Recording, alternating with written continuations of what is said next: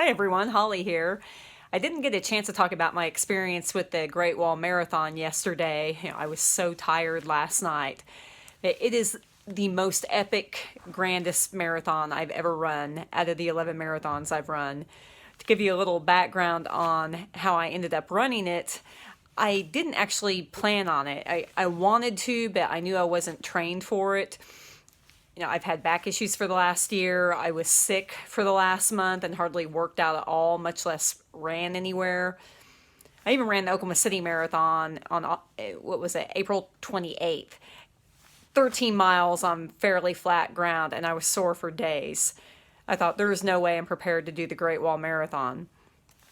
And even after doing the 8K over the wall on Thursday, which was really hard, I thought, you really think you can do 39 more kilometers of this? Yeah, right. So the safe part of myself thought, okay, do the half marathon. You're capable of that. But that's not a challenge. I know I can do a half marathon. And my goal is to do a full marathon, but I didn't do what I needed to do to train for it. So the night before the Great Wall Marathon, I opened up my race packet for the first time and saw that I had a black bib number, which indicated you're running the marathon. And I thought, is that right? I mean, I know 100% I signed up for the half marathon here and also the Thunder Dragon Challenge in Bhutan. I thought, this must be a sign from the universe. When I saw it, I didn't feel upset. I know I could have had it changed if I'd really wanted to, but I thought, no, I would rather leave China knowing I at least tried the full marathon. I know I could do the half, but then part of me would always wonder, could I have done the full marathon and been that much closer to my goal and maybe just put up with a few more hours of weariness and pain? So I thought, I'm going for it. Well, it was very tough, but it was one of the funnest things I've ever done. Running through the villages and having all the children cheering us on. Several of them wanted to take selfies with me. How organized the race was. And even the pre-marathon celebration was amazing. There was a traditional Chinese band playing, women wearing traditional clothes. But then they were playing American songs like Jingle Bells in May, which is really funny. And then they led us through some sort of warm-up exercise, which is perfect to do right before you run a marathon.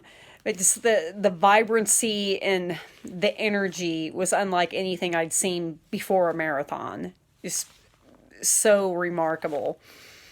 So I started out with that 8K on the wall, thinking, okay, I've done this before. I did this 2 days ago. I can do it. And there were several parts throughout the race that were really tough. I know when I got to about the 15K mark, I started feeling lightheaded, and I thought, did I just not get enough sleep? But I knew that couldn't be the case because I've run plenty of races and marathons on a lack of sleep. But I thought it must be a lack of energy. I ate a good dinner the night before. I ate breakfast in the morning. But I was missing something. Now, I was under the impression they were going to have food out on the course, but there was no food to be seen between the 8K mark and the 18-mile mark.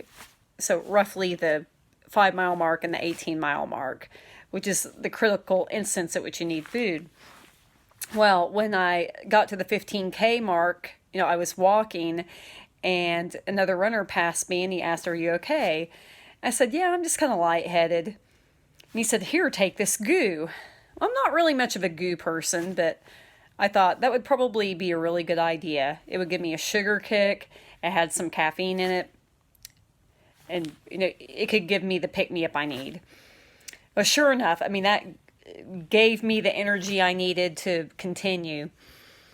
And I decided to approach the race like I did the Mount Kilimanjaro Marathon. It's easy to run out your tank running up several steep hills, and you can be almost as fast if you just speed walk the hills.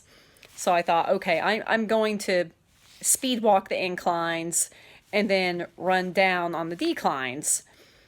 Well, naturally, for a good part of the course, it was uphill, and I really didn't know if I was going to make the cutoff time by 2 p.m., where I had to be back at Yin and Yang Square at about mile 21. And at one point, I was even the last runner in the marathon. But I thought, you know what? I'm having a blast. I'm going to stop and take a few pictures of the valley. And if I don't make it, I don't make it. But the important thing is I had fun.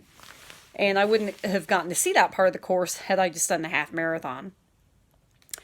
Well, there was a loop in the middle of the marathon that was just a bear. We had to go up about 2 miles. It just seemed like it was never going to end. And then finally it looped back down. I know when I first started on the loop, I saw some people descending from it, and I asked him, how far is it? And he said, oh, you just have to run up the loop and back down. So I'm thinking it's about half a mile. No, it was a 5K. It was pretty long. But I was able to pick up a lot of speed on the way down, meet some fantastic people. And I realized as soon as I got to the bottom of the loop, I can actually make the cutoff time if I'm smart about it. And I knew I would have mostly flat or downhill the rest of the way. So I continued running, but I didn't know what was going to determine the cutoff time. If they were going to go by the race start time, which was 7:30, and say 6 hours from then, or if they were going to do it from my chip time and I was in the second wave. So I wanted to be safe. So I really gunned it from miles 18 to 21 when we were back on the highway. It was at that point where I had to keep telling myself, okay, make it to that signpost, which is a few meters away. Make it to that next mark to kind of pull myself through. And as I turned the corner and ran back through Yin and Yang Square, I saw the race director and I asked, did I make the cutoff time? And he goes, oh, yeah, just run to the wall. He goes, you're 30 minutes ahead. And I thought, fantastic. At that point, my legs felt like jelly, which they do at mile 21 of any marathon I've run, except for the Mount Kilimanjaro marathon. The difference is, in a road marathon, you're running 5 more miles on the road. Well, this was 5 more miles, mostly on the Great Wall. So I started my second ascent up the Great Wall, and those steps were a bitch. It was reminiscent of Mount Kilimanjaro on summit day when I was going from base camp, attempting to go to summit, where I'd walk a few steps and have to catch my breath. And I thought, this is hard, but it's not as hard as Mount Kilimanjaro. Keep going. The big difference is I can breathe, and I couldn't on Mount Kilimanjaro. So at some point, I met this other woman named Tori, and she said, yeah, I'm going up about 10 steps and I'm taking a 20-second break. I thought that's a fantastic idea to do. So she and I helped push each other up, and we got into this great rhythm where we were working through the steps a piece at a time. And she told me something that was a complete game changer for me. My knees are very sensitive, and it's hard for me to go down steps or downhill because of the joint stress.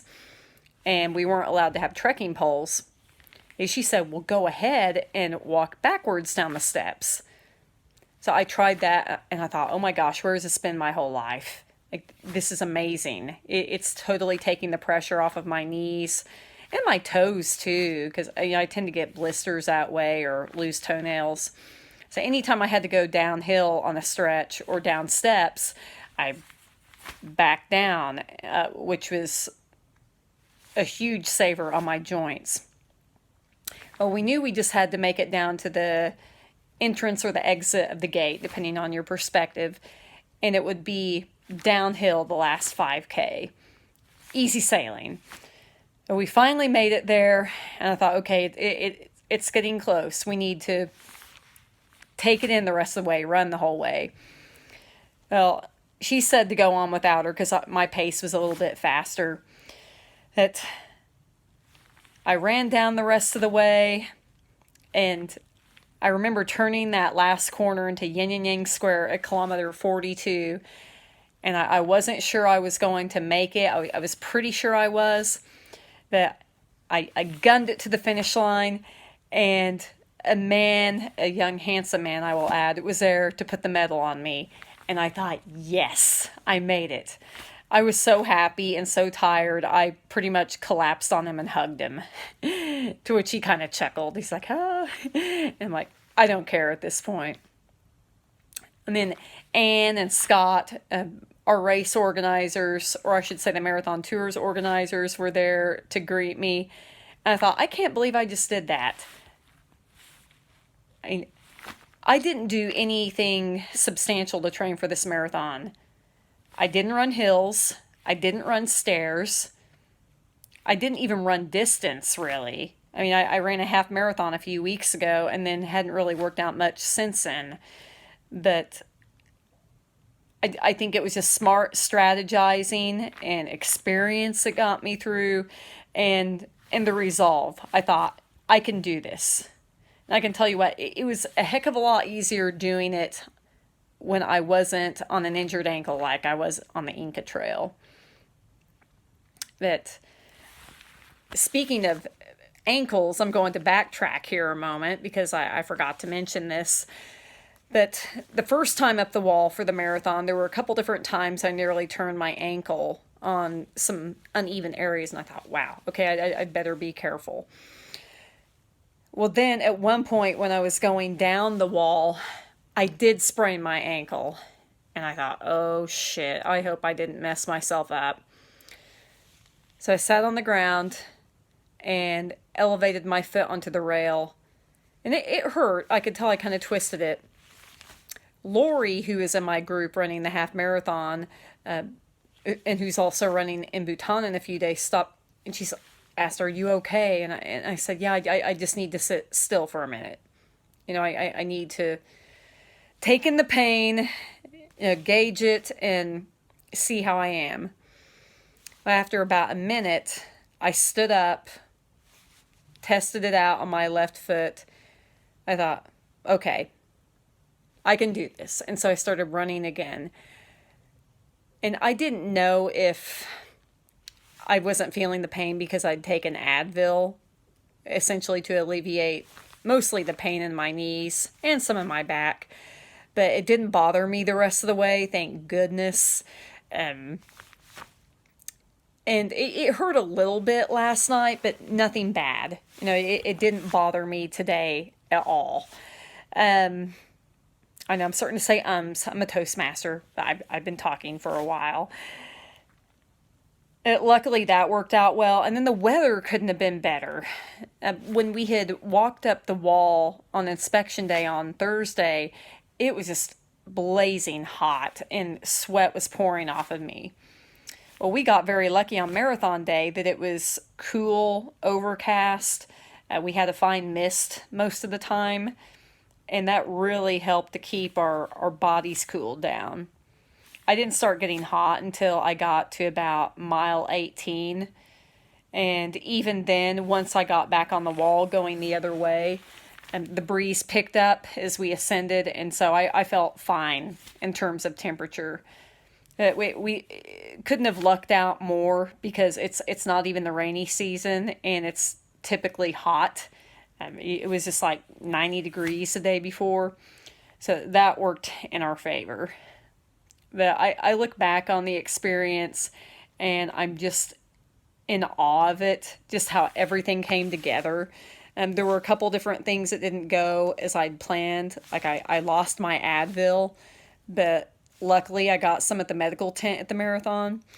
And then my Garmin that I've had for years had its wristband break right when I got here. So I didn't have my watch on me.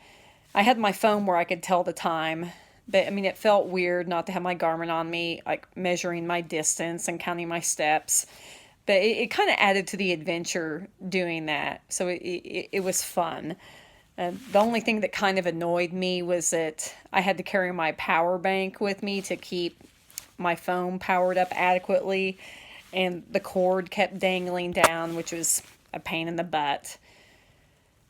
And, I was carrying my own water, which I'm glad I did, because there were points that we went like a 5K without having any water, and I'm glad that I had mine to sip on. But, we didn't have the same amenities that we have at a lot of the marathons in the States. Like I said, there was no food between like mile 4 and 18. There were a couple times we had energy drinks, but not much. They did provide plenty of water, I will say that. But I think at one point, I was getting low on my electrolytes, and if I'd known there wasn't going to be food on the course, I would have probably at least brought electrolytes or some sort of powder. But they did provide goo, which helped me a couple times, and I'm not a goo person, but it really helped during this marathon. It was certainly better than nothing. But I'm trying to think if there's anything else that was remarkable about it that was missing from what's typically missing on a marathon. Oh yes, no porta potties. I know at one point in the middle of the marathon, I really had to go to the bathroom, and I was holding it for several miles. We ran through this really beautiful farmland where people had vineyards set up. And they had little fences, but they weren't privacy fences. And I thought, there's too many people around here to squat behind there. Well, finally, I got to a place that I could sneak behind. And I thought, I don't even care if anybody sees me at this point. I need to go. They didn't provide facilities. Not that they had to, but it's nice to have. And I'm pretty sure a couple of the female guards saw me going to the bathroom, but I really didn't care at that point because nature called. So there were some things missing that would have been nice to have, but we could live without. Also, traffic was not blocked off for us in most areas, so we were competing for space with the regular vehicles, which could be cars, mopeds, cyclists. At one point, especially when we were running on the highway, exhaust kept getting blown back into our faces, and it really reminded me of Tanzania, running the marathon there, where we had both dust and exhaust blowing on us, which isn't the most pleasant, but yeah, we lived through it. But overall, it was just a fantastic experience. I'm definitely going to write a story about this. I wanted to capture it all in recording so you could see how thrilled it made me, and so I could remember all the details. That I'm still on a high from it. I'm still in awe that I ran the Great Wall Marathon, one of the hardest marathons in the world. And this is something that I'll always carry with me, something that I will take immense pride in. I would definitely rank it as one of my top 5 achievements. So thank you to everybody for listening. I'll check in with you later.